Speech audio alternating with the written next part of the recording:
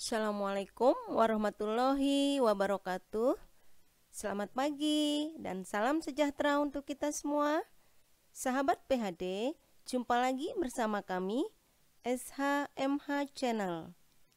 Apa kabar sahabat PHD hari ini? Semoga di masa pandemi ini sahabat semuanya senantiasa sehat dan sukses selalu dalam menjalankan aktivitas. Amin ya robbal alamin. Sebelumnya, kami juga menghaturkan terima kasih atas partisipasi sahabat PHD semua, dimanapun kalian berada, yang telah mendukung kami sampai hari ini. Semoga kami dan sahabat PHD semua terus bisa menyebarkan nilai kebermanfaatan melalui channel ini, memberikan inspirasi untuk negeri. Sahabat PHD yang berbahagia, dimanapun kalian berada, dalam kesempatan kali ini, kami akan mencoba mengupas materi tentang alur pembentukan peraturan kepala daerah berdasarkan Permendagri nomor 80 tahun 2015 tentang pembentukan produk hukum daerah. Namun, sebelum melanjutkan materi ini, jika tayangan video ini bermanfaat bagi sahabat PHD semuanya, sudilah kiranya memberikan like, komen, share, dan subscribe ya. Sahabat PHD yang berbahagia, sebelum kita masuk ke materi selanjutnya, ada baiknya kita mengulas kembali tentang produk hukum berbentuk peraturan kepala daerah dan keputusan kepala daerah.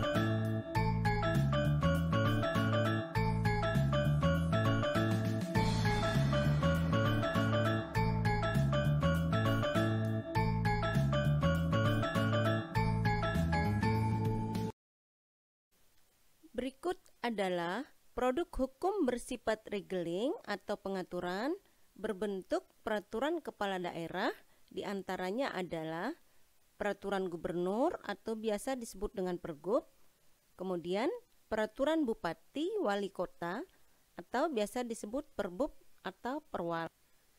Kemudian apa itu perkada?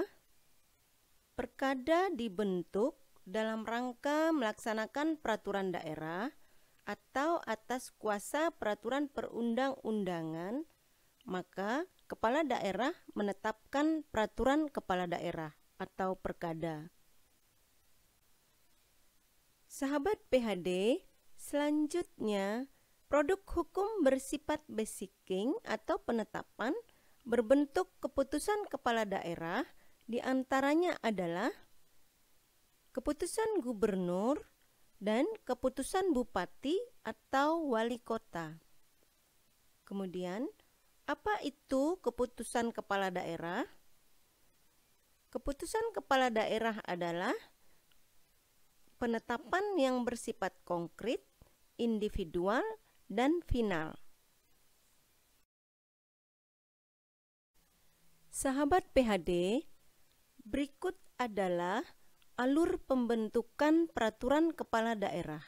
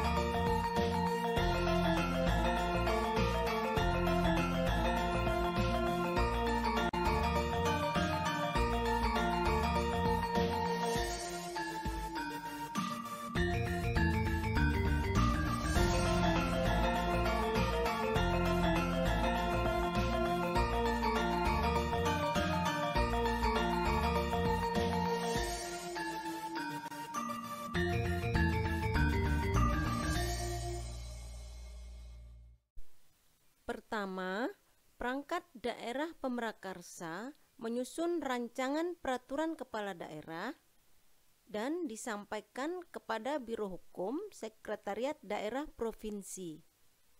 Kemudian, selanjutnya dilakukan pembahasan dalam rangka harmonisasi, pembulatan dan pemantapan konsepsi rancangan peraturan kepala daerah dengan melibatkan perangkat daerah pemrakarsa dan perangkat daerah terkait lainnya.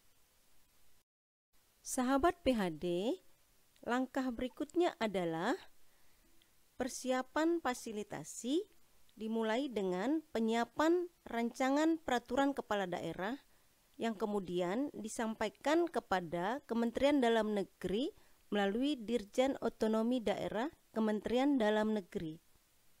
Selanjutnya, setelah hasil fasilitasi diturunkan oleh Menteri Dalam Negeri kepada Gubernur, Gubernur wajib menindaklanjuti hasil fasilitasi dimaksud. Kemudian, dilakukan penandatanganan oleh Gubernur untuk penetapan peraturan kepala daerah. Selanjutnya adalah penomoran, kemudian pengundangan dalam berita daerah oleh sekretaris daerah. Sahabat PHD, selanjutnya naskah asli dan atau salinan disimpan oleh Biro Hukum Sekretariat Daerah Provinsi dan disampaikan kepada perangkat daerah pemrakarsa. Kemudian dilakukan penyebarluasan baik oleh perangkat daerah pemrakarsa maupun oleh Biro Hukum Sekretariat Daerah Provinsi. Sahabat PHD yang berbahagia, berikut adalah alur penyusunan keputusan kepala daerah.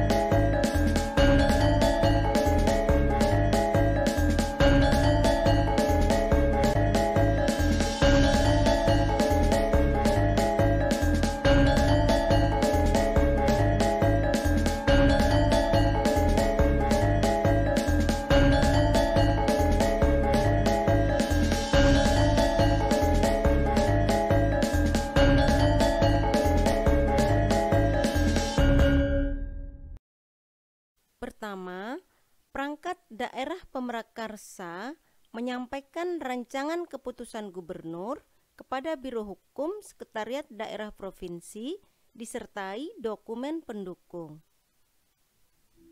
Kemudian dilakukan pembahasan dalam rangka kajian dan harmonisasi oleh perangkat daerah yang membidangi hukum provinsi atau Biro Hukum dengan melibatkan perangkat daerah pemrakarsa.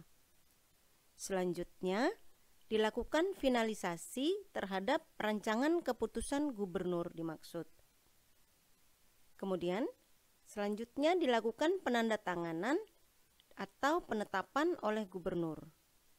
Berikutnya adalah penomoran, kemudian naskah asli atau dengan salinan disimpan oleh Biro Hukum dan disampaikan kepada perangkat daerah pemrakarsa untuk dilaksanakan dan disebarluaskan.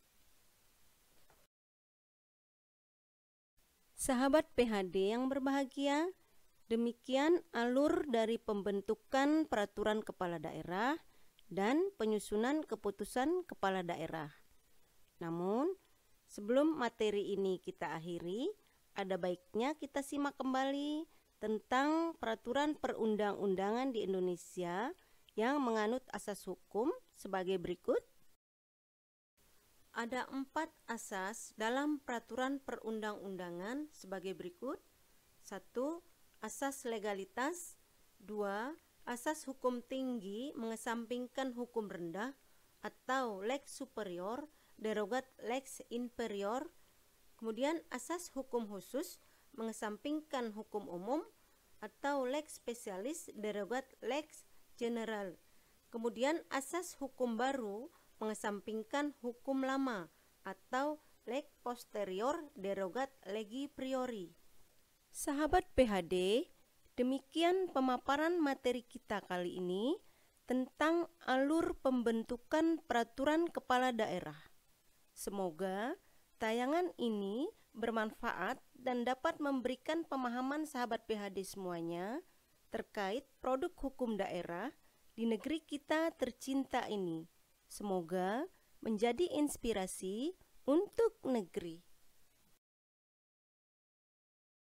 Sahabat PHD, jangan pernah berhenti untuk belajar dan berbuat baik, karena hidup ini tak pernah berhenti memberikan pelajaran dan kebaikan. Jika ada kritik, saran, dan pertanyaan dari sahabat PHD, silahkan bisa lewat kolom komentar atau email yang ada di deskripsi video ini. Follow juga medsos kami di bawah ini ya. Sampai jumpa lagi di video selanjutnya. Terima kasih. Assalamualaikum warahmatullahi wabarakatuh.